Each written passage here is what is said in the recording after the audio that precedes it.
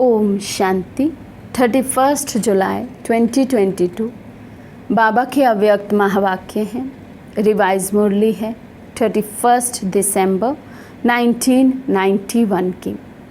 मुरली का सार है, यथार्थ चार्ट का अर्थ है प्रगति और परिवर्तन। हमारा पुरुषार्थ अच्छे से जा रहा है, जैसा होना चाहिए समय प्रमाण वैसा ही है। एक्यूरेट चार्ट है ज्ञान का, योग का, धारणा और सेवा का। बाबा कहते हैं उसकी निशानी क्या होगी? प्रगति और परिवर्तन। आज बाप दादा अपने विश्व नव निर्माता बच्चों को देख रहे हैं। आज के दिन नए वर्ष के आरंभ को दुनिया में चारों ओर मनाते हैं, लेकिन वो मनाते हैं नया वर्ष। और आप ब्राह्मण आत्माएं नए संगम युग में हर दिन को नया समझ मनाते रहते हो। वो एक दिन मनाते हैं और आप हर दिन को नया अनुभव करते हो, क्योंकि दुनिया में आज देखने में आता है कि ऐसे जीवन में कोई उमंग हो, खुशी हो या ना हो, लेकिन जब कोई त्यौहार मनाते हैं या कोई ख़ास दिन मनाते हैं, केवल उस दिन खुशी ज़रूर होगी, उमंग आ जाएगा। लेकिन बाबा कहते हैं आप ब्राह्मणों का जीवन और जीवन का श्वास ही है उमंग और उत्साह। तो इसलिए हर दिन जैसे हमारे लिए नया है, हर दिन हमारे लिए एक त्यौहार है, एक विशेष दिन है। बाबा समझाते वो हद के वर्ष का चक्र है और ये बेहद सृष्टि चक्र का नया संगम युग है। संगम युग सारे युगों में सर्व प्रकार की नवीनता लाने का युग है। आप सभी अनुभव करते हो कि संगम युगी ब्राह्मण जीवन नया जीवन है। तो बाबा कहते संगम युग में सब कुछ नया ही नया है। सबसे पहले जीवन ही नया हो गया। कहाँ तो हम शूद्र थे और शूद्र से बदल अभी ब्राह्मण बन गए। शूद्र पने का जीवन कैसा और ब्राह्मण पने का जीवन कैसा, एकदम डिफरेंट। तो नया जीवन हुआ। नई नॉलेज द्वारा नई वृत्ति, नई दृष्टि और नई सृष्टि में आ गए हो। दिन रात हर समय हर सेकंड नया लगता है। संबंध भी कितने नए बन गए। पुराने संबंध और ब्राह्मण संबंध में कितना अंतर है। दुनिया में देखो संबंध भले अभी ठीक है, तोड़ा तो किसी से नहीं, निभाते तो सभी से हैं, लेकिन अब वहाँ पर भी निभाने की विधि बदल गई है। अब आत्मिक स्वरूप से संबंध निभाते हैं, लेकिन दुनिया में तो देखो क्या क्या लगा पड़ा है। कोई काम के वश संबंध निभाता है, कोई मोहवश संबंध निभाता है। किसी का तो नेगेटिव कार्मिक अकाउंट है, नेगेटिव संबंध है, तो वो ईर्ष्यावश रहते हैं, एक दूसरे के प्रति घृणा भाव है। तो कैसे कैसे भाव से बाबा कहते दुनिया में संबंध है। और यहाँ ब्राह्मणों में देखो कैसे भाव से आत्मिक स्वरूप से एक पिता की संतान बनकर अलग अलग घर के होते हुए, अलग अलग देश, अलग अलग भाषा, अलग अलग जाति के होते हुए, अलग अलग धर्म के होते हुए भी यहाँ सबको ऐसी भासना आती है कि जैसे हम सब एक ही परिवार के सदस्य हैं, एक ही माता पिता की संतान हो। तो बाबा कहते कितना फ़र्क आ गया दुनिया में संबंध का और यहाँ के ब्राह्मणों का आपसी संबंध में। पुराने संबंधों की लिस्ट स्मृति में लाओ, कितनी लंबी है, लेकिन संगम युगी नए युग के नए संबंध कितने हैं? लंबी लिस्ट है क्या? बाप दादा और भाई बहन, और कितने निस्वार्थ प्यार के संबंध हैं। वे हैं अनेक स्वार्थ के संबंध। तो नया युग, छोटा सा नया ब्राह्मण संसार ही अति प्यारा है। अब बाबा कहते हैं ओरिजिनल संसार, ओरिजिनल परिवार तो यही है। दुनिया वाले एक दिन एक दो को मुबारक देते हैं और आप क्या करते हो? बाप दादा क्या करते हैं? हर सेकंड, हर समय, हर आत्मा के प्रति शुभ भावना, शुभ कामना की मुबारक देते हैं।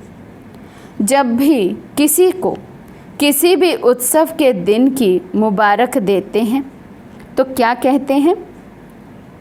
खुश रहो, सुखी रहो, शक्तिशाली रहो, तंदुरुस्त रहो। तो आप हर समय क्या सेवा करते हो? आत्माओं की नई जीवन देते हो ना। बाबा कहते दुनिया में कोई किसी को मुबारक देंगे, आशीर्वाद देंगे तो क्या कहेंगे? खुश रहो, सुखी रहो, शक्तिशाली हो और तंदुरुस्त हो। बाबा कहते और आप क्या सेवा कर रहे हैं?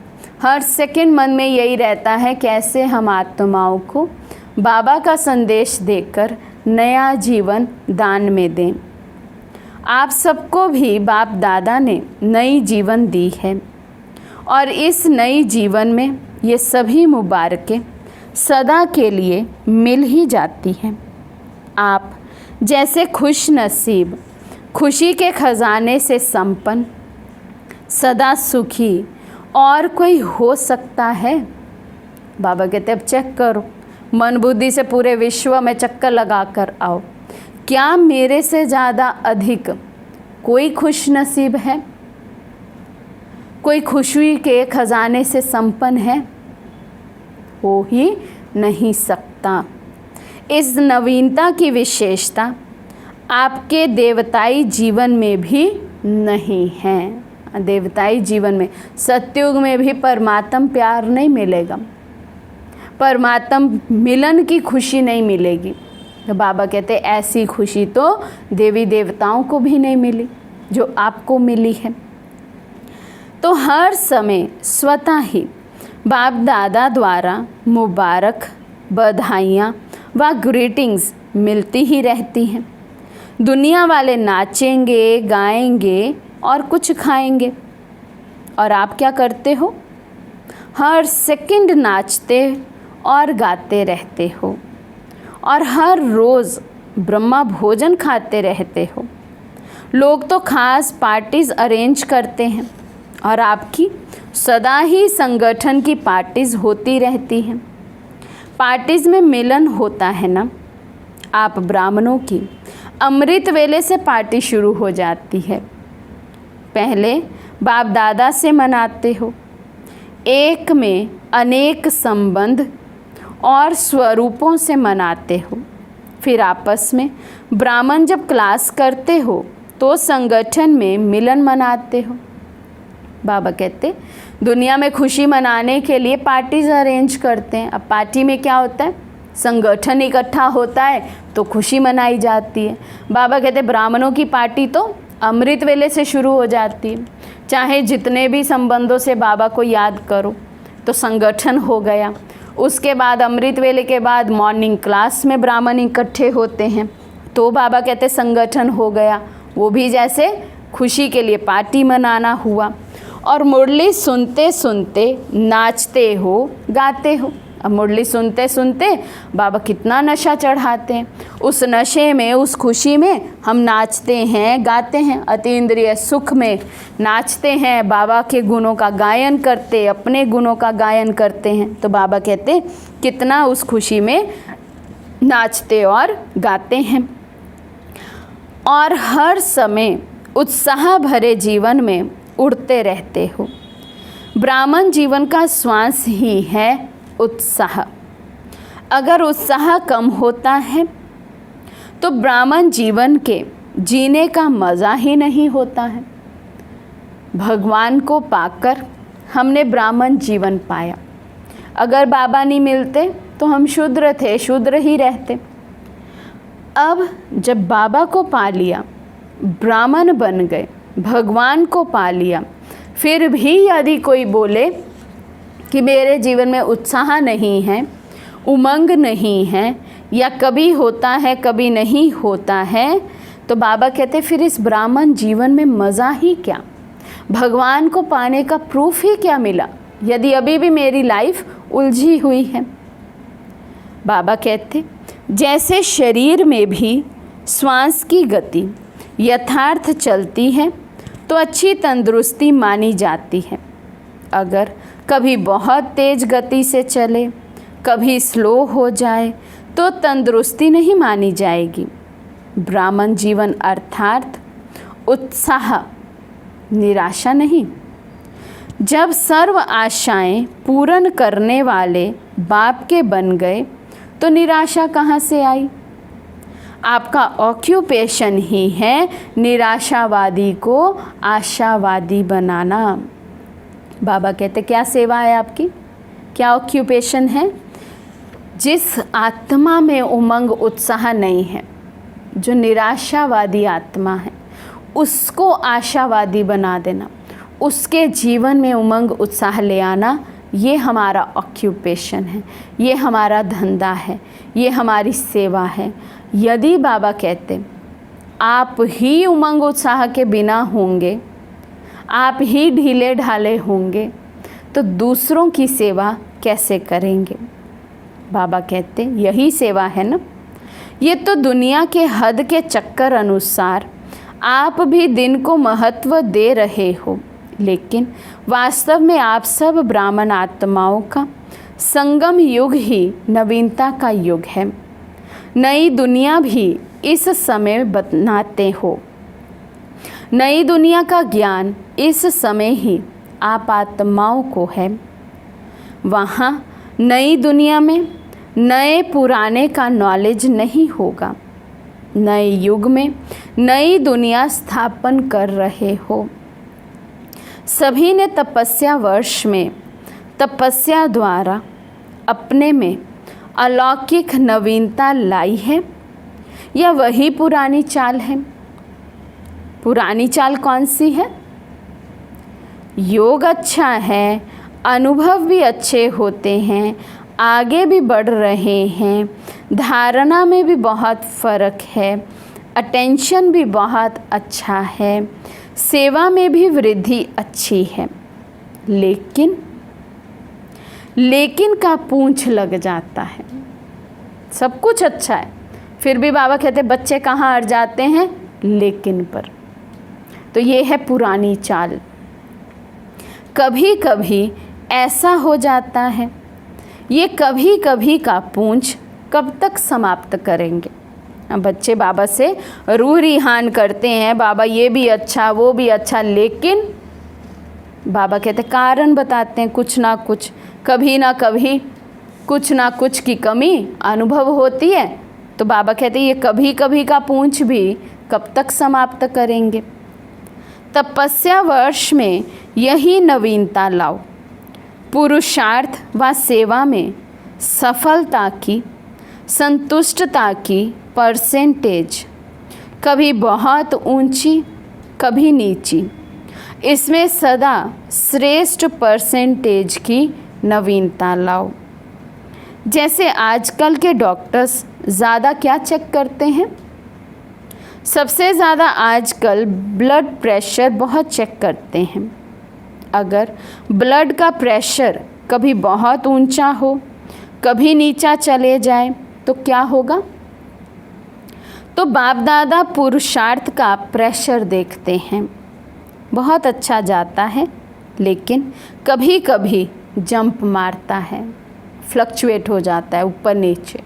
पुरुषार्थ का बीपी, बाबा कहते इसको एक रस बनाओ। ये कभी कभी का शब्द समाप्त करो। अभी तो सभी इनाम लेने की तैयारी कर रहे हो ना।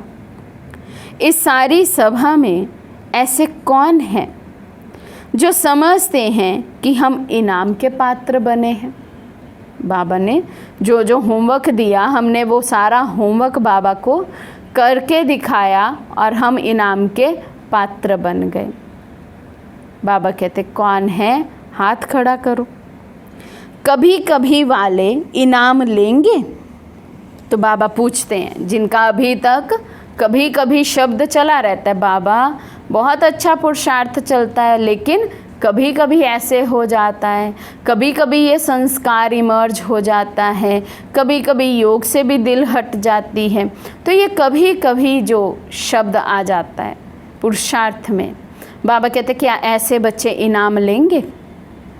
इनाम लेने के लिए कि पहले ये विशेषता देखो कि इन 6 मास के अंदर 3 प्रकार की संतुष्टता प्राप्त की है।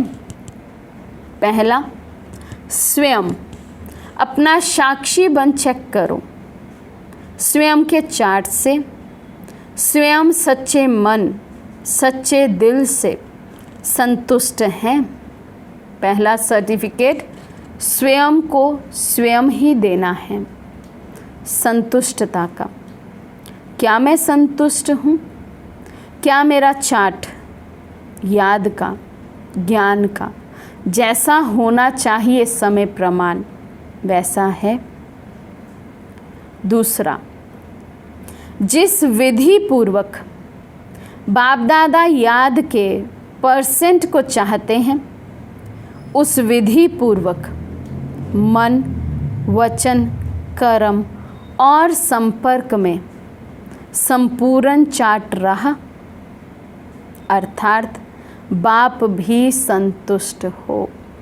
पहला, स्वयं के चार्ट को साक्षी होकर देखना, क्या मेरा चार्ट इस समय जो योग का चल रहा है ठीक है?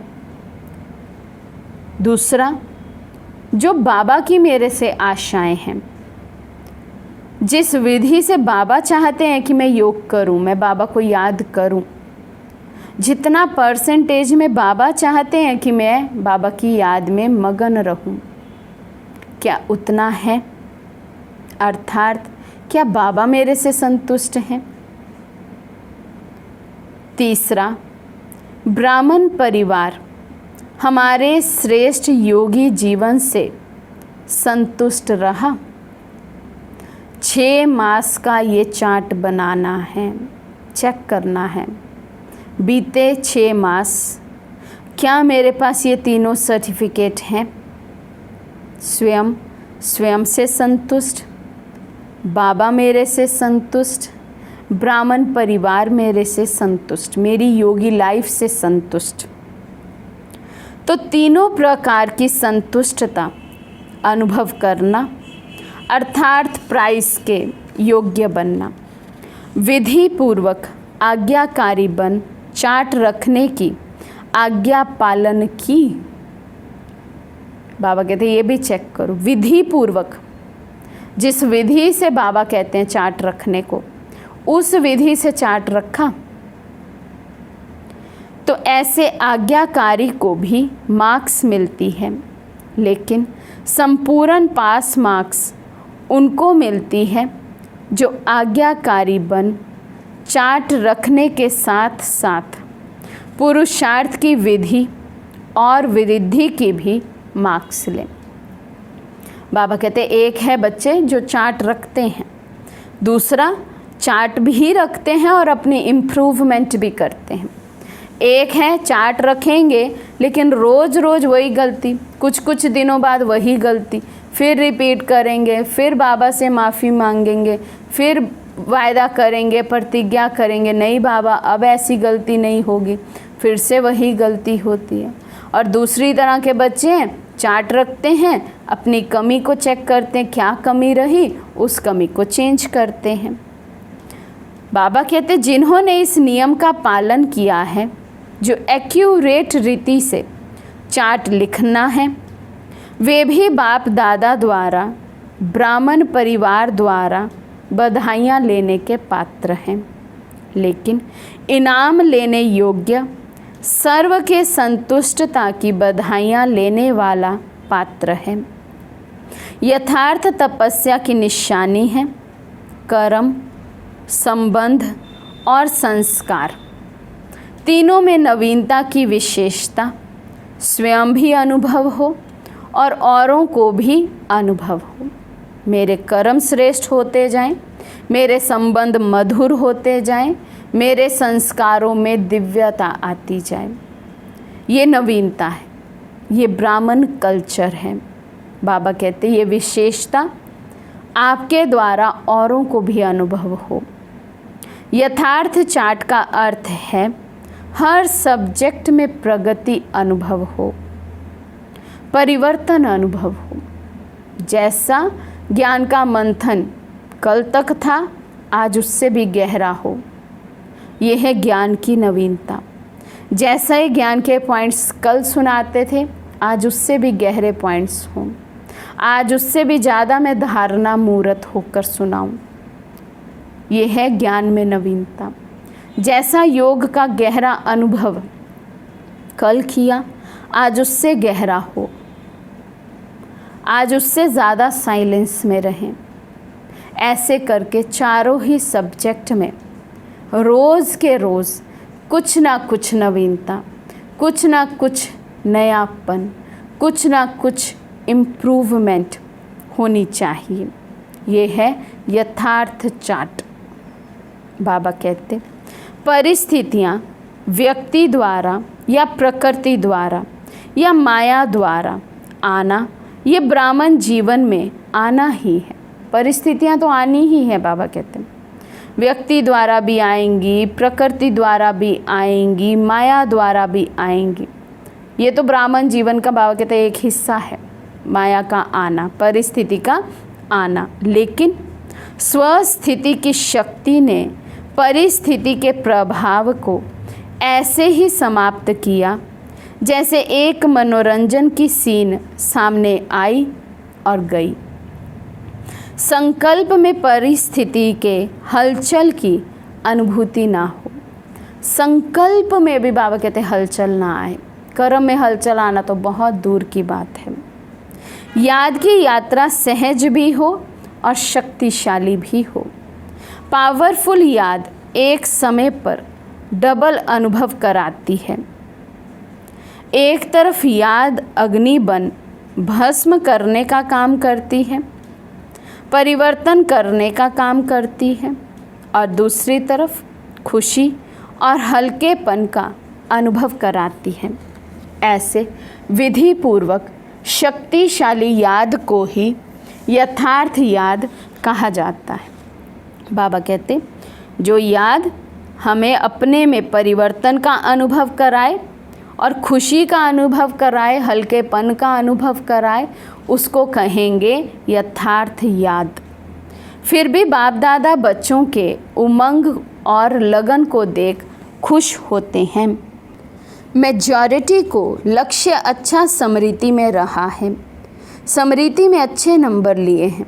स्मृति के साथ समर्थी उसमें नंबरवार हैं। स्मृति और समर्थी दोनों साथ साथ रहना, इसको कहेंगे नंबर 1 प्राइज़ के योग्य। स्मृति सदा हो और समर्थी कभी कभी व परसेंटेज में रहना, इसको नंबर वार की लिस्ट में कहेंगे। समझा? एक्यूरेट चार्ट रखने वालों के भी नामों की माला बनेगी। अभी भी बहुत नहीं तो थोड़ा समय तो रहा है। इस थोड़े समय में भी विधि पूर्वक पुरुषार्थ की वृद्धि कर अपने मन, बुद्धि, कर्म और संबंध को सदा अचल अडोल बनाया तो इस थोड़े समय में अचल अडोल स्थिति का पुरुषार्थ आगे चलकर बहुत काम में आएगा और सफलता की खुशी स्वयं भी अनुभव करेंगे और औरों द्वारा भी संतुष्टता की दुआएं प्राप्त करेंगे।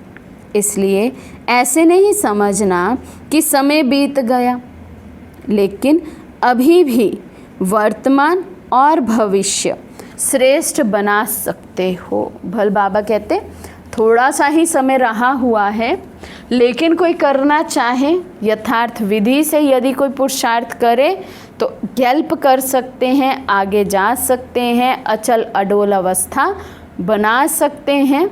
और ये अभी का किया हुआ अभ्यास आगे चलकर बाबा कहते बहुत काम में आएगा। अभी भी विशेष स्मृति मास एक्स्ट्रा वरदान प्राप्त करने का मास है। जैसे तपस्या वर्ष का चांस मिला, ऐसे स्मृति मास का विशेष चांस है। इस मास के 30 दिन भी अगर सहज, स्वतः, शक्तिशाली, विजयी आत्मा का अनुभव किया तो ये भी सदा के लिए नेचुरल संस्कार बनाने की गिफ्ट प्राप्त कर सकते हो। कुछ भी आवे, कुछ भी हो जाए, परिस्थिति रूपी बड़े ते बड़ा पहाड़ भी आ जाए, संस्कार टक्कर खाने के बादल भी आ जाएं, प्रकृति भी पेपर ले, लेकिन अंगद समान मन बुद्धि रूपी पाँव को हिलाना नहीं, अचल रहना। क्योंकि दिसंबर मास की मुरली है, इसके बाद जनवरी मास अर्थात स्मृति मास आने वाला है। तो बाबा स्मृति मास में भी वरदान दे रहे हैं कि यदि कोई इस 30 दिनों में भी ऐसा पुरुषार्थ करना चाहे तो कर सकता है, लेकिन साथ ही बाबा समझा रहे हैं परिस्थितियां तो आएंगी, लेकिन इन 30 दिनों में कुछ भी हो जाए, कैसा भी हो जाए, यदि आप विजयी रहे हर सेकंड, तो वो विजयी का वरदान सदा काल का हो जाएगा। बीती में अगर कोई हलचल भी हुई हो, उसको संकल्प में भी स्मृति में नहीं लाना, फुल स्टॉप लगाना। वर्तमान को बाप समान श्रेष्ठ, सहज बनाना और भविष्य को सदा सफलता के अधिकार से देखना। इस विधि से सिद्धि को प्राप्त करना, कल से नहीं अभी से करना। स्मृति मास के थोड़े समय को बहुत काल का संस्कार बनाओ। ये विशेष वरदान विधि पूर्वक प्राप्त करना। वरदान का अर्थ ये नहीं कि अलबेले बनो, अब तो बाबा ने वरदान दे दिया बस हम तो हो गए विजयी। बाबा कहते हैं ऐसे नहीं, वरदान मिला उसको एक्ट में लाएंगे तो वरदान फलीभूत होगा। तो वरदान मिल गया, बाबा कहते हैं अलबेले नहीं हो जाना, अलबेला नहीं बनना, लेकिन सहज पुरुषार्थी बनना। अच्छा, कुमारियों का संगठन बैठा है, आगे बैठने का चांस क्यों मिला? सदा आगे रहना है, इसलिए ये आगे बैठने का चांस मिला है। समझा? कुमारियां हैं तो कुमारियां तो वैसे ही बाबा के दिल पर रहती हैं। बाबा कहते क्योंकि सदा आगे रहना है, इसलिए सभा में भी आगे बैठने का चांस मिला है। पका हुआ फल बन के निकलना, कच्चा नहीं गिर जाना। सभी पढ़ाई पूरी कर सेंटर पर जाएंगी या घर में जाएंगी? अगर माँ बाप कहें आओ तो क्या करेंगी? अगर अपनी हिम्मत है तो कोई किसी को रोक नहीं सकता। थोड़ा थोड़ा आकर्षण होगा तो रोकने वाले रोकेंगे। बाबा कहते ये भी एक पेपर होता है। आप चाहते हैं हम सेंटर पर सरेंडर हो जाएं और घर वाले तो रोकेंगे, उनको तो मोह है। लेकिन बाबा कहते यदि कोई सच्ची दिल से बाबा का बनकर सरेंडर जीवन जीना चाहे तो लाख दुनिया वाले, लाख अपने माँ बाप कोई भी रोकें, वो आत्मा किसी के रोकने से रुकेगी नहीं। लेकिन बाबा कहते अगर थोड़ा सा भी दुनिया का आकर्षण हुआ, संबंधों का आकर्षण हुआ, मोह हुआ, तो वो आत्मा रुक जाएगी। तो ये पेपर है, सब कुमारियों के आगे आता है, पास होना है। नव वर्ष मनाने के लिए सभी भाग कर आ गए। नया वर्ष मनाना अर्थात हर समय को नया बनाना, हर समय अपने में रूहानी नवीनता को लाना है। चारों ओर के सभी स्नेही और सहयोगी बच्चे भी आज के दिन के महत्व को जान विशेष दिल से या पत्रों से या कार्ड द्वारा विशेष याद कर रहे हैं और बाप दादा के पास पोस्ट करने के पहले ही पहुंच जाता है, लिखने के पहले ही पहुंच जाता है। संकल्प किया और पहुंच गया। इसलिए कई बच्चों के सहयोगियों के कार्ड पीछे पहुंचेंगे, लेकिन बाप दादा पहले से ही सभा को नए युग में नए दिन मनाने की मुबारक दे रहे हैं। जैसे कोई विशेष प्रोग्राम होता है ना, तो आजकल के लोग क्या करते हैं, अपना टीवी खोलकर बैठ जाते हैं। तो सभी रूहानी बच्चे अपने बुद्धि का दूरदर्शन का स्विच ऑन करके बैठे हैं। बाप दादा चारों ओर के मुबारक पात्र बच्चों को हर सेकंड की मुबारक की दुआएं रिस्पॉन्ड में दे रहे हैं। हर समय की याद और प्यार, यही दुआएं बच्चों के दिल के उमंग उत्साह को बढ़ाती रहती हैं। तो सदा स्वयं को सहज पुरुषार्थी और सदा पुरुषार्थी, सदा विधि से वृद्धि को प्राप्त करने वाले योग्य आत्माएं बनाए उड़ते रहो। ऐसे सदा वर्तमान को बाप समान बनाने वाले और भविष्य को सफलता स्वरूप बनाने वाले श्रेष्ठ बधाइयों के पात्र आत्माओं को बाप दादा का याद प्यार और नमस्ते। हम रूहानी बच्चों की रूहानी बाप दादा को दिल व जान सिक व प्रेम से नमस्ते नमस्ते नमस्ते जी। आज का वरदान है, अपनी सर्व जिम्मेवारियों का बोझ बाप को दे, स्वयं हल्का रहने वाले निमित्त और निर्माण भव। अपनी सर्व जिम्मेवारियों का बोझ बाप को दे, स्वयं हल्का रहने वाले निमित्त और निर्माण भव। जब अपनी जिम्मेवारी समझ लेते हो तब माथा भारी होता है। मेरी जिम्मेवारी है तो मेरी कहाँ, तो बोझ आया, माथा भारी हो गया। जिम्मेवार बाप है, मैं निमित्त मात्र हूँ, ये स्मृति हल्का बना देती है। इसलिए अपने पुरुषार्थ का बोझ, सेवाओं का बोझ, संपर्क संबंध निभाने का बोझ, सब छोटे मोटे बोझ बाप को देकर हल्के हो जाओ। अगर थोड़ा भी संकल्प आया कि मुझे करना पड़ता है, मैं ही कर सकता हूँ, तो ये मैंपन भारी बना देगा और निर्माणता भी नहीं रहेगी। निमित्त समझने से निर्माणता का गुण भी स्वतः आ जाता है। स्लोगन है, संतुष्ट मनी वे हैं जिसके जीवन का श्रृंगार संतुष्टता है। संतुष्ट मनी वे हैं जिसके जीवन का श्रृंगार संतुष्टता है। अच्छा, ओम शांति।